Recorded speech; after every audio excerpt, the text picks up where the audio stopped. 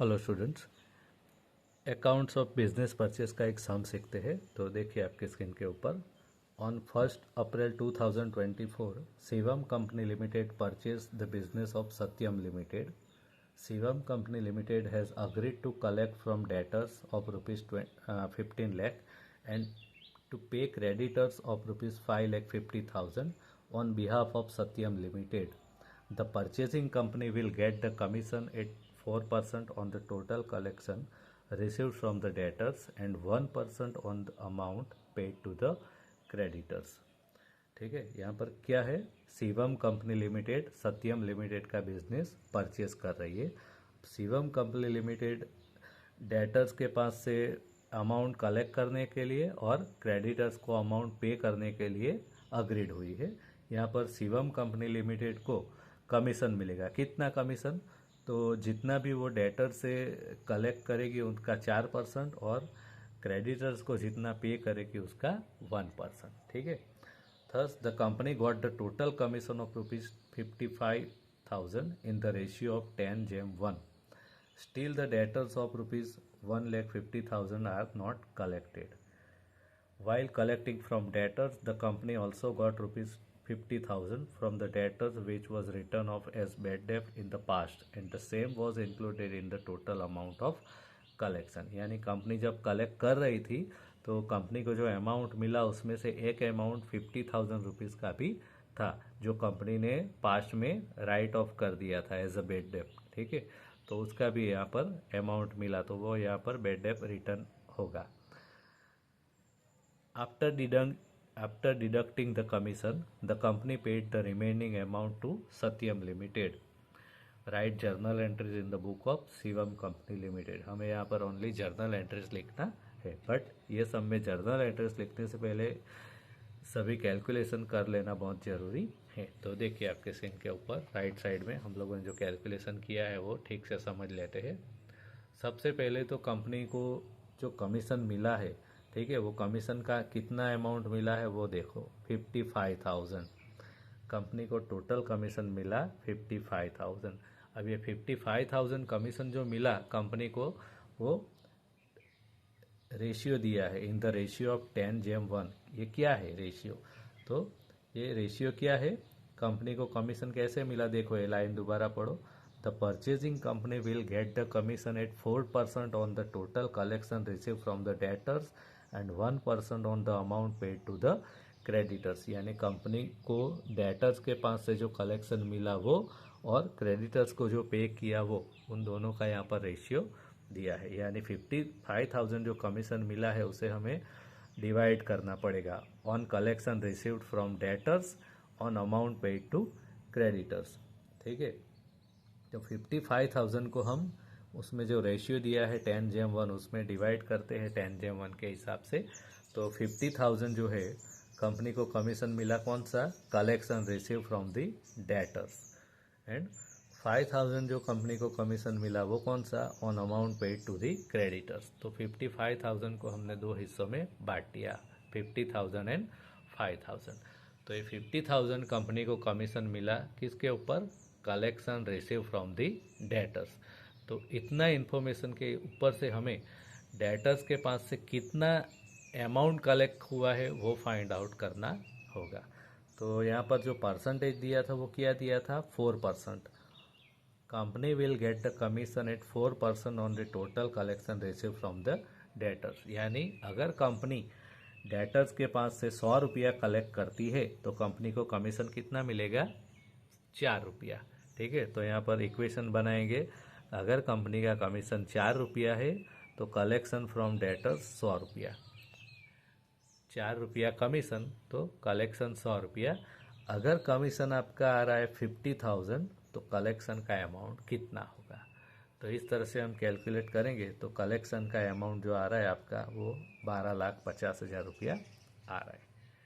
ठीक है, अब ये 12,50,000 रुपया कलेक्शन आ रहा है, उसमें भी आगे जाके बोला है कि 50,000 रुपये जो है वो कैसा है? पास में कंपनी ने बेड डेप राइट ऑफ कर दिया उसका है 50,000। तो 12,50,000 में 50,000 बेड डेप रिटर्न है कंपनी का पास्ट का। तो अभी के जो है करंट डेटर्स के पास से कंपनी को कितना रिसीव हो रहा है, 12 लाख रुपये। ठीक है, तो इतने इन्फॉर्मेशन यहाँ पर अवेलेबल हो रही है। अब क्रेडिटर्स की बात करते हैं। कंपनी ने क्रेडिटर्स को जो अमाउंट पे किया उस पर कंपनी को 5,000 रुपया कमीशन मिला। तो इसके ऊपर से भी यहाँ पर हम इक्वेशन बना के क्रेडिटर्स को कितना पे किया वो अमाउंट फाइंड करेंगे। तो कंपनी को कितना परसेंटेज कमीशन मिलने वाला था, 1% on the amount paid to the creditors. यानी कंपनी ने क्रेडिटर्स को जितना भी पे किया उसका 1% कंपनी को यहाँ पर कमीशन मिला। यानी कमीशन अगर 1 रुपया है तो paid to creditors 100 rupees. Commission अगर 5,000 रुपया है तो पेड टू क्रेडिटर्स कितना। ठीक है, तो इसका सॉल्यूशन करेंगे तो 5 lakh rupees paid to the creditors. यहाँ पर आपका आंसर आ रहा है कि कंपनी ने क्रेडिटर्स को 5 लाख रुपया पेड किया है। ठीक है, चलो उसके आगे का कैलकुलेशन करते हैं। अब टोटल डेटर्स कितने थे, सब में सबसे पहले दे दिया डेटर्स का टोटल वैल्यू 15 लाख रुपीज़ थे।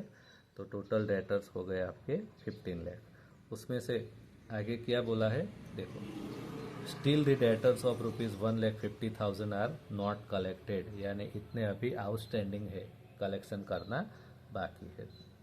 1,50,000 लेस करेंगे, नॉट कलेक्टेड, आउटस्टैंडिंग। यानी टोटल डेटर्स में से इतने निकाल दो, अगर इतने अभी कलेक्ट नहीं हुए तो कितनों का अकाउंट आपने अभी क्लोज किया, 13,50,000। अब इसमें से कितना अमाउंट मिला तो यहाँ पर ऊपर हम कैलकुलेट कर चुके हैं, 12 लाख ही मिला है आपको। तो इसमें से 12 लाख रुपया रिसीव्ड हुआ है। तो यानी रिमेनिंग अमाउंट जो होगा कितना आ रहा है, 1,50,000 बेड डेप्ट होगा, डिस्काउंट होगा। ठीक है, उसके बाद क्रेडिटर्स की बात करते हैं। क्रेडिटर्स का टोटल वैल्यू कितना था, 5,50,000। Total creditors 5,50,000। उसमें से हमने कैलकुलेट करके देखा कितना पेड किया, 5 लाख माइनस 5 लाख पेड। ठीक है, 5,50,000 में से आपने 5 लाख पेड कर दिया, यानी 50,000 आपको डिस्काउंट मिला होगा। ठीक है, ये डिस्काउंट का वैल्यू है। अब लास्ट में कैलकुलेट करते हैं कंपनी के पास रिमेनिंग अमाउंट कितना बचा, जो कंपनी को जो वेंडर से उसके सस्पेंस अकाउंट में पेड करना है। ठीक है, तो कंपनी ने कलेक्शन कितना किया, 12 लाख। करंट डेटर से 50,000 रुपया बेड डेब रिटर्न हुआ, यानी कंपनी ने टोटल कलेक्शन कितना किया, 12,50,000 रुपये। तो 12,50,000 रुपये कलेक्शन फ्रॉम डेटर्स। उसमें से कंपनी ने क्रेडिटर्स को कितना पेड किया, 5 lakh. 5 lakh paid to creditors, यानी कंपनी के पास इतना वैल्यू बचा, 7,50,000। अब इसमें से कंपनी ने खुद का कमीशन भी लेना है। तो कंपनी का कमीशन था कितना, 55,000। क्योंकि कंपनी ने डेटर्स से कलेक्ट किया, क्रेडिटर्स को पे किया, तो उसके ऊपर कंपनी को इतना कमीशन मिल रहा है, 55,000। तो 55,000 कंपनी खुद का कमीशन ले लेगी। तो 7,50,000 में से 55,000 कंपनी अपना कमीशन काट लेगी। तो बाकी का अमाउंट बच रहा है 6,95,000 रिमेनिंग अमाउंट। ये अमाउंट कंपनी का नहीं है, बट किसका है, वेंडर्स का है, जो सेलर्स है उसका है। कौन है सेलर्स, सत्यम लिमिटेड। ठीक है, तो कंपनी ने सत्यम लिमिटेड को ये अमाउंट पे करना है, paid to vendor suspense account. ठीक है, तो इस तरह से इतना कैलकुलेशन हो रहा है। अब कैलकुलेशन के बेस पे हमें जर्नल एंट्रीज करना है। तो अब जाते हैं सीधा जर्नल एंट्रीज पे। Journal entries in the books of Shivam limited.